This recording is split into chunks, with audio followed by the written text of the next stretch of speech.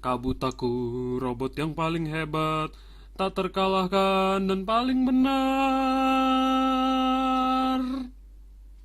Oke, kembali lagi bersama gue Berto Grimlock dan kali ini gue akan membahas eh Birobo Kabutaku dengan karakter utamanya Kabutaku. Tapi sebenarnya sih harusnya ejaannya Kabutak sih, cuman memang karena gue tumbuh besar dengan nonton itu beberapa tahun silam ya gue nyebutnya Kabutaku.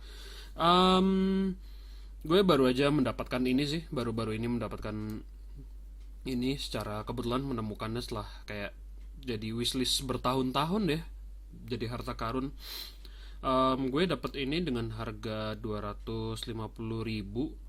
Ternyata kondisinya udah nggak BIB, udah nggak BIB, udah nggak MIB, jadi ini BIB back in box ya, bukan main inbox. Awalnya gue juga kaget aja sih, nah, ternyata kondisinya BIB. Temen gue nggak bilang, tapi ya nggak apa-apa lah. Ternyata kondisi kondisi figurnya sendiri masih bagus, jadi ya udah, kenapa gue harus mempermasalahkan itu. Gue sudah menerima dalam keadaan baik, masih benar-benar bisa dimainkan, ya oke lah, nggak apa-apa. um, jadi akan gue jelasin kenapa ini kondisinya ternyata BIB, nanti akan gue jelasin. Jadi ini Kabutak itu sebenarnya serial tokusatsu lama sih, gue lupa dia tayangnya tahun berapa, kayaknya 98 kalau nggak salah, 1998. Sempet tayang juga di Indonesia sekitar awal tahun 2000, gue mungkin SD sih kayaknya, SD akhir mungkin, entah gue lupa sih, antara kelas 3 atau sampai kelas 6, di tengah-tengah itu, tapi kayaknya bukan kelas 6 juga sih kelihatannya. Pokoknya zaman-zamannya TV masih bener deh ya, you know lah, channel yang itu tuh yang punya channel apa, superhero lokal. Zaman-zaman TV-nya masih bener dan isinya bukan acara nggak jelas sampah kayak gitu. Dan salah satunya ada Kabutaku, Kabutak. Bisa dapat ini tuh rasanya jadi ya mengisi memori sih. Nah, sebenarnya ini adalah reissue sih. Dia bukan asli rilisan tahun 98, akan gue jelaskan kenapa. Dia juga adalah reissue dengan boxnya ini. Ini boxnya agak gede sih, coba gue ke atasin sedikit. Oh, kelihatan deh backdrop gue sedikit. Nah, jadi reissue-nya itu adalah kelihatan dari sini nih, di pojok kiri bawah ini. Nah, come on, fokus, can you? Dia sebenarnya reissue tahun 2008. Gue nggak tahu juga negara mana yang baru nayangin Kabutaku tahun 2008 sehingga dia harus direissue beserta teman-temannya. Come on, fokus. Nah ya, tahun Bandai 2008. Inilah boxnya seperti ini. Di sampingnya ada gambar super mode, normal mode. Nah iya, kenapa disebut super mode normal mode, emang karena di belakangnya emang ada tulisannya seperti ini sih. Ini normal mode-nya, bentuk normalnya dia sehari-harinya. Lalu juga ada yang super mode, bentuk battle-nya. Dan juga ini adalah line up karakternya. Ini kayaknya sih nggak tahu ya, gue nggak tahu sama sekali ini di reissue semua apa enggak. Jadi line up karakternya, fokus dulu, fokus. Damn.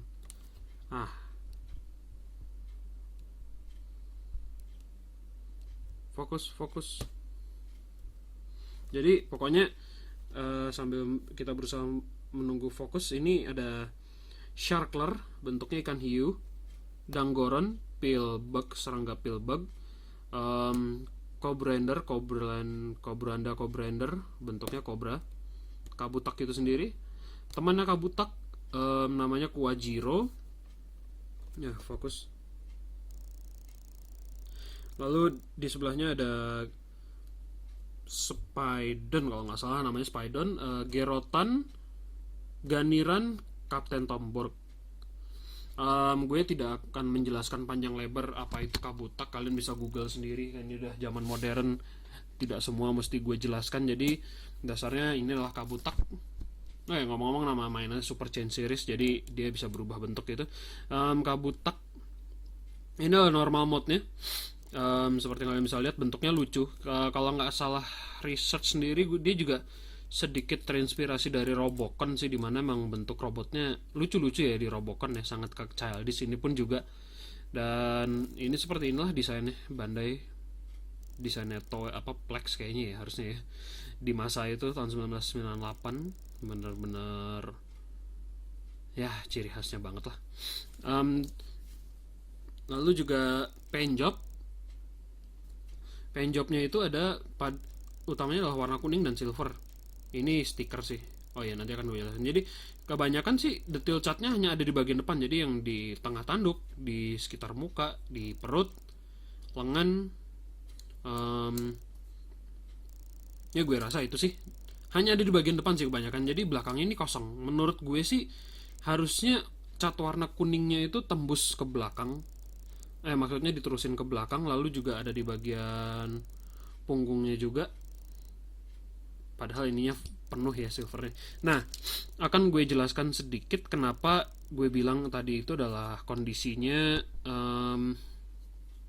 BIB back in box, karena ternyata yang ada di pergelangan lengannya ini, chrome yang ada di sini, yang ada di paha kecil warna merah yang ada di merah apa?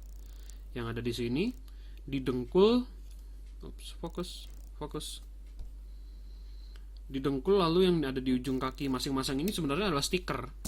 Dan pas gue pegang, pas gue buka dari kotak, kok stikernya udah terpasang ya. Dan ternyata setelah gue bongkar lagi kotaknya, ada lembaran stikernya, dan ternyata ya itu kondisi mainannya udah BIB dengan stiker terpasang. Tapi tidak terlalu rusak-rusak banget sih, meskipun sebenarnya ada sedikit lecet di bagian muka, tapi ya sudahlah, I don't really care about it, yang penting sudah punya dulu.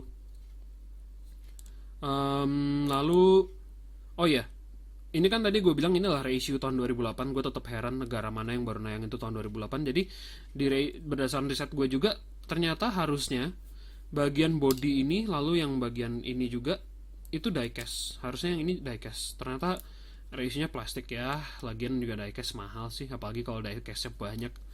Jadi mending ya di reissue harus pakai plastik aja biar orang bisa beli dengan harga terjangkau.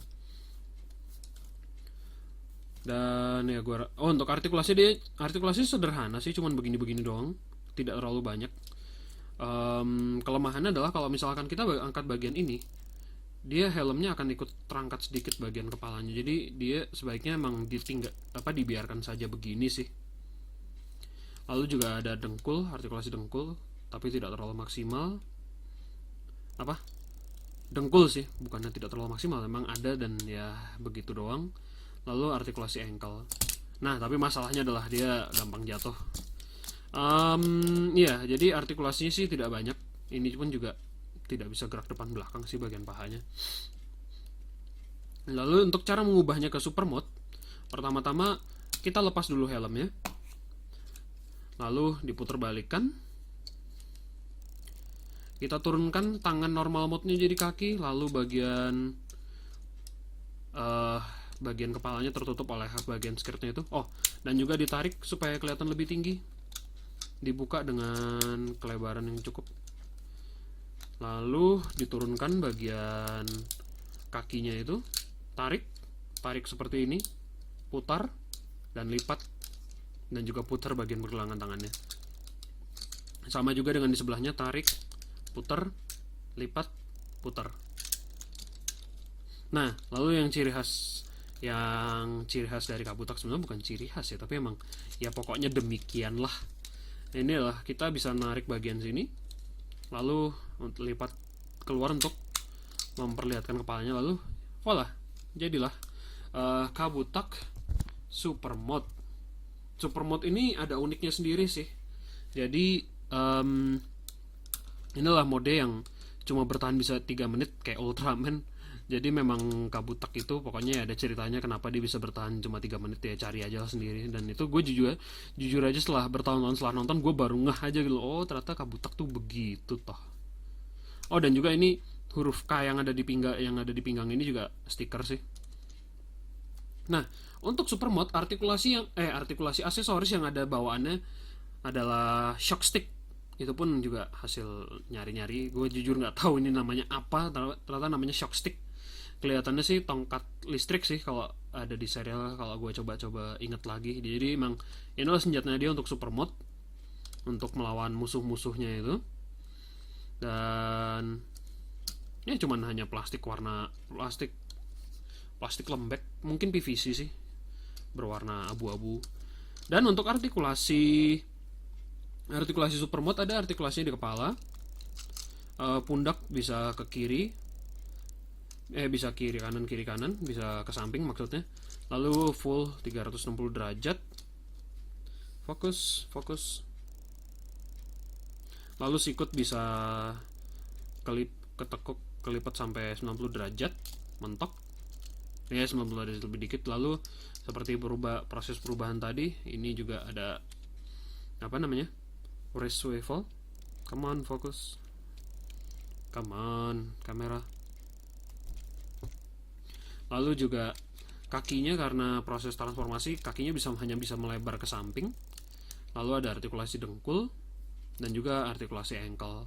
Ya, dan ya cuman begitu doang sih artikulasinya, tapi nggak possible banget sih, tapi menarik gitu loh. Udah lumayan keren untuk di masanya. Ya jadi seperti yang gue bahas tadi soal bagian diecast, harusnya kaki bawah ini diecast, badan diecast untuk menopang bobot sih. Memang kayaknya menurut gue sih zaman Bandai itu kayaknya kalau dia tidak bisa memberikan artikulasi banyak, paling nggak dia memberikan diecast logam ya, supaya dia ada plus poinnya sendiri dan nilai jualnya tersendiri. Dimana itu juga sebenarnya menambah beban sih, berat kemainannya supaya terlihat kokoh. Tapi memang karena ini mainan reissue ya tidak mungkin, diecast itu mahal banget. Terus apa lagi yang bisa gue bahas ya? Jadi emang ya ini sih desainnya Plex Bandai di tahun segitu. Menurut gue ada kemungkinan besar cara ini diadopsi oleh Digimon juga, soalnya dari mode imut ke mode keren kayak begini, itu juga bukan apa ya, bukan kebetulan semata ya, tapi memang kayaknya idenya diadaptasikan jadi seperti itu. Ini juga ya itulah, dari mode lucu ke keren. Jujur ini gimmicknya bagus, transformationnya bagus, soalnya di masa itu kayaknya saingan sama Transformers kayak gue lupa, Beast Wars itu tayang di Jepang tahun berapa, harusnya sih bareng sih, deket-deket gitulah eranya. Maksudnya gimana ya, karena waktu itu kayaknya Transformers Beast Wars Neo itu lumayan happening sih mainan dengan gimmick berubahnya. Menurut gue kayaknya Toei Bandai itu mau saingan dengan gimmick transformasi, tapi karena beda perusahaan itu, Takara masih bisa memberikan artikulasi, Bandai kayak artikulasi ala kadar, tapi nggak buruk sih. Dan juga itu cuma cocok logi, gue harap jangan diambil serius, itu ya menurut gue doang ya. Jadi ya ini ya apa ya, kesimpulannya sih ini mainan yang bagus untuk di masanya. Artikulasi nggak terlalu banyak, memang ciri khasnya mainan tahun 90-an tuh dia punya desain yang keren untuk anak-anak tahun segitu, tapi artikulasinya tidak terlalu maksimal. Ya tapi lemahnya adalah ini tidak ngunci sih ngomong-ngomong. Jadi entah kenapa temen gue sempat bikin lawah kan, wih roknya bisa diangkat buat tunjukin kepala bawah, astaga. Nggak tahu lah, gila gue aja jujur selama bertahun-tahun tahu Kabutak tuh kayak nggak kepikiran joke itu sama sekali, cuman mungkin temen gue terlalu bokep apa gimana. Ya gue rasa sekian lah untuk review Kabutak gue. Kalau kalian mau bertanya apakah ini bisa diperoleh dengan mudah, jawabannya lah gue nggak tahu. Sebenarnya pernah juga gue ngelihat beberapa waktu lalu di Toy Fair, bulan kapan ya, September sih, ini gue ngerekamnya November. Jadi emang gue pernah lihat ada yang jual ini, mungkin kondisinya masih MIB, harganya 3,5 mungkin, gue juga nggak tahu sih masih MIB apa enggak. Gue nggak terlalu di dalam boxnya tuh stiker yang ada di yang tadi gue bilang itu nggak terlalu kelihatan banget, apalagi dia kalau nggak salah terpajang dalam bentuk coba gue lihat dulu boxnya, terpajang dalam super nggak tahu sih stikernya udah terpasang apa belum, tapi waktu Toy Fair gue pernah lihat ini 3,5 dan tuh agak mahal ya, maksudnya ya mungkin emang karena barang rare sih, cuman dia reissue 2008 pun gue kaget, 3,5 kayak mahal enggak, murah pun enggak gitu loh. Gue jadi kepikirannya kayak ngambilnya kapan-kapan lah, sampai tahu-tahu teman gue nawarin ada yang jual 2,5, ya udah gue ambil aja karena ya kapan lagi dapat harga segitu. Intinya sih kalau sempat ketemu harga mahal tapi setelahnya lo ketemu harga murah ya buru-buru diambil lah, soalnya itu takutnya nggak ada lagi gitu loh. Jadi ya, itu pesan gue sih. Ya gue rasa sekian lah untuk review gue kali ini. See you next time in the next video. Bye.